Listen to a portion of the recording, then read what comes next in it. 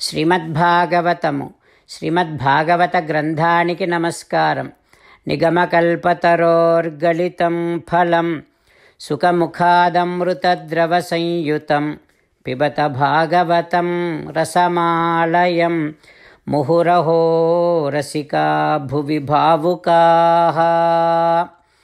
శ్రీసుఖయోగీంద్రుల వారికి నమస్కారం. యం ప్రవ్రజంతమనుపేతమపేతకృత్యం ద్వైపాయనో విరహకాతర ఆజుహావ పుత్రేతి తన్మయతయా తరవో వినేదుః తం సర్వభూతహృదయం మునిమానతోస్మి. నరనారాయణులకు, చతుర్ముఖ బ్రహ్మకు, సరస్వతీదేవికి, వ్యాసమహర్షుల వారికి నమస్కారం.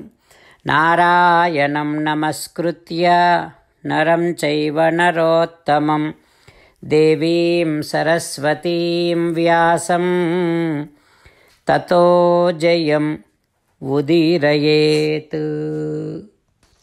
శ్రీమద్భాగవతము తృతీయ స్కంధములో సూతమహాముని శౌనకాది మహర్షులందరికీ ప్రవచనం చేస్తూ ఈ రకంగా చెబుతూ ఉన్నాడు. ఓ మహర్షులారా, శ్రీసుఖయోగీంద్రుల వారు పరీక్షిన్నరేంద్రుడికి ఈ రకంగా ఉపదేశం చేస్తూ చెబుతూ ఉన్నాడు.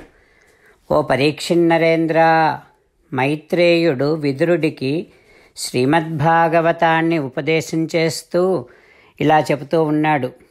ఓ విదురా, చతుర్ముఖ బ్రహ్మ తనను తాను రెండుగా విభజించుకున్నాడు అని కదా చెప్పాను.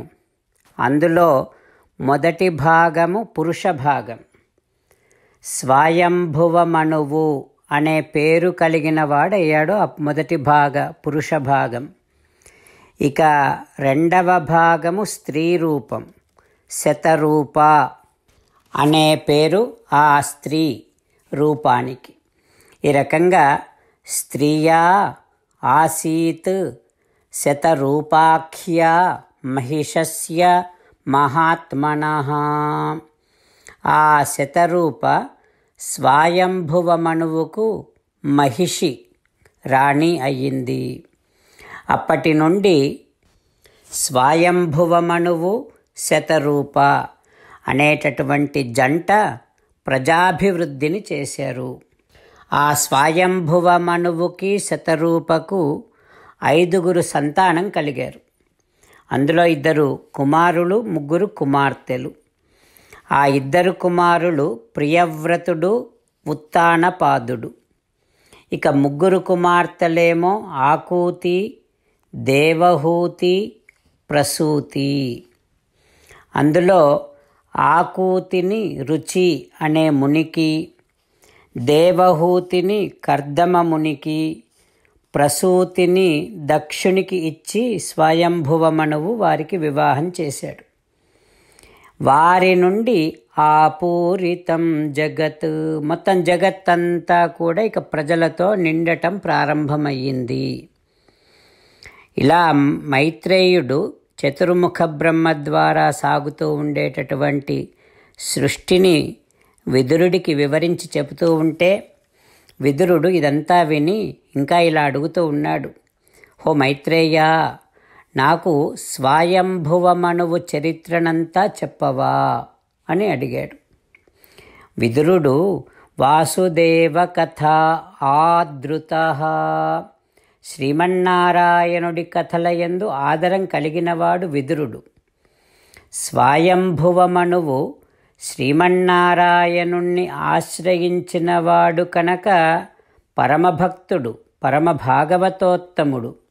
అందుకని విదురుడు మైత్రేయుడిని ఆ భాగవతోత్తముడి యొక్క చరితామృతాన్ని తెలియచేయమని ప్రార్థన చేస్తూ ఉన్నాడు. ఆ తర్వాత ఏం జరుగుతుందో రేపు తెలుసుకుందాం. ఓం శ్రీకృష్ణ పరబ్రహ్మణే నమః. ఓం అస్మద్గురుభ్యో నమః. అంతేకాకుండా మనం ప్రతిరోజు శ్రీమన్నారాయణుడికి ఒక 8 పనులు చేస్తాం అని మాట ఇద్దాం. ఎందుకంటే శ్రీకృష్ణ భగవానుడు 18వ అధ్యాయములో 65 నుండి 70వ శ్లోకాల ద్వారా శ్రీమద్భగవద్గీత అంతటికీ సారభూతముగా మనకు 8 పనులు చేయమని చెప్పాడు. అలా చేస్తే చాలు, నేను మిమ్మల్ని అన్ని విధాలుగా రక్షిస్తా అని ప్రమాణపూర్వకముగా ప్రతిజ్ఞ కూడా చేశాడు. అందుకని శ్రీమద్భగవద్గీతను అంతటినీ విన్న తర్వాత అర్జునుడు కూడా చివరకు కరిష్యే వచనం తవ, కృష్ణ నువ్వు చెప్పినట్టే చేస్తా అని అన్నాడు. కనుకనే భగవానుడు అర్జునుడికి అన్ని విధాల విజయాన్ని అందించాడు. మనం కూడా ప్రతిరోజు శ్రీమన్నారాయణుడికి ఆ రకంగానే మాట ఇద్దాం. 8 పనులు చేస్తాం అని మనము మాట ఇస్తే అది అష్టాక్షరీ మహామంత్ర జపము చేసినటువంటి ఫలితాన్ని మనకు ప్రతిరోజు ఇస్తుంది. ఇట్లా మాట ఇవ్వటం కంటే గొప్ప పూజ, యజ్ఞము, తపస్సు మరొక్కటి లేనే లేదు. అందుకని నేను అంటూ ఉంటాను, మీరు మనస్సులో భావిస్తూ ఉండండి.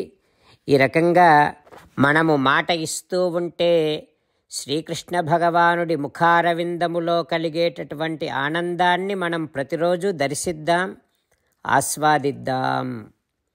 జై శ్రీమన్నారాయణ. హో శ్రీమన్నారాయణ, నువ్వు చెయ్యమన్నట్టే నేను నిన్నే సంతతము ధ్యానము చేస్తూ ఉంటా. హో శ్రీమన్నారాయణ, నువ్వు చెప్పినట్టే నేను నీ భక్తుడిగానే ఉంటా. హో శ్రీమన్నారాయణ, నువ్వు చెయ్యమన్నట్టే నేను నా విధులను, కర్తవ్యాలను నీ సేవగా, నీ తృప్తి కోసమనే సక్రమంగా నిర్వర్తిస్తూ ఉంటా. హో శ్రీమన్నారాయణ, నువ్వు చెప్పినట్టే నేను నీవాడిని అనే మహావిశ్వాసముతో నీకే నమస్కరిస్తూ ఉంటా. హో శ్రీమన్నారాయణ, మామేకం శరణం వ్రజ, నన్ను ఒక్కడిని మాత్రమే శరణు వేడుకో అని నువ్వే అన్నావు కనుక నేను నిన్ను ఒక్కడిని మాత్రమే శరణు వేడుకుంటా. హో శ్రీమన్నారాయణ, మా శుచః, ఇక దుఃఖించకు అని నువ్వే నాకు భరోసా ఇస్తున్నావు కనుక నేను ఇక దుఃఖించను. హో శ్రీమన్నారాయణ, నువ్వు చెప్పినట్టే నువ్వు నా కోసమని అనుగ్రహించినటువంటి శ్రీమద్భగవద్గీతను ప్రతిరోజు కనీసము 1 శ్లోకాన్నైనా జ్ఞాపకం చేసుకుంటూ శ్రీమద్భగవద్గీతను అనుసంధానము చేస్తూ ఉంటా. హో శ్రీమన్నారాయణ, నువ్వు చెప్పినట్టే నువ్వందరి కోసమని చెప్పినటువంటి శ్రీమద్భగవద్గీతను తెలియని భక్తులందరికీ తెలియచేసే నా వంతు ప్రయత్నాన్ని నేను నిరంతరము కొనసాగిస్తూనే ఉంటా. హో శ్రీమన్నారాయణ, నేను నువ్వు చెప్పినట్టే చేస్తా, నీకు నచ్చినట్టే ప్రవర్తిస్తా, నీకోసమే పని చేస్తూ ఉంటా. కరిష్యే వచనం తవ. జై శ్రీమన్నారాయణ. భక్తులకు ప్రత్యేకమైనటువంటి విజ్ఞాపన. మీకు అన్ని విషయాలలో వెంటనే మంచి ఫలితాలు రావాలి అనంటే ప్రతిరోజు 1 నిమిషం వెచ్చించి నారాయణాస్త్రాన్ని చదవండి. ఇక మీకు తిరిగే ఉండదు. నారాయణాస్త్రాన్ని పొందడానికి మీరేం చేయాలంటే నారాయణాస్త్రం అనే వెబ్సైట్కి వెళ్ళి మీ పేరు, మీ ఈమెయిల్ ఇస్తే మీ ఈమెయిల్కి నారాయణాస్త్రం PDF వస్తుంది. అందులో ఒక రామాయణ శ్లోకం, ఒక గీతా శ్లోకం, ఒక విష్ణునామం ఉంటాయి. ఆ 3ంటిని కలిపి నారాయణాస్త్రం అంటాం. ప్రతి ఒక్కరికి వేరువేరు శ్లోకాలను ఇస్తున్నాం. ఆ రకంగా ఎవరి శ్లోకాన్ని వారు ప్రతిరోజు తప్పనిసరిగా చదవటం వలన ప్రతిరోజు ప్రతి 24,000 భక్తులతో ఒకసారి సంపూర్ణ రామాయణ పారాయణ, 33 సార్లు శ్రీమద్భగవద్గీత పారాయణ, 24 సార్లు శ్రీ విష్ణు సహస్రనామ స్తోత్ర పారాయణ జరుగుతుంది. ప్రతి ఒక్కరికి అంతటి విశేష ఫలితము ప్రతిరోజు లభిస్తుంది. అందుకని మీరు, మీ కుటుంబ సభ్యులు అందరూ ఒక్కొక్కరు ఒక్కొక్క నారాయణాస్త్రాన్ని వెంటనే పొందండి. జై శ్రీమన్నారాయణ.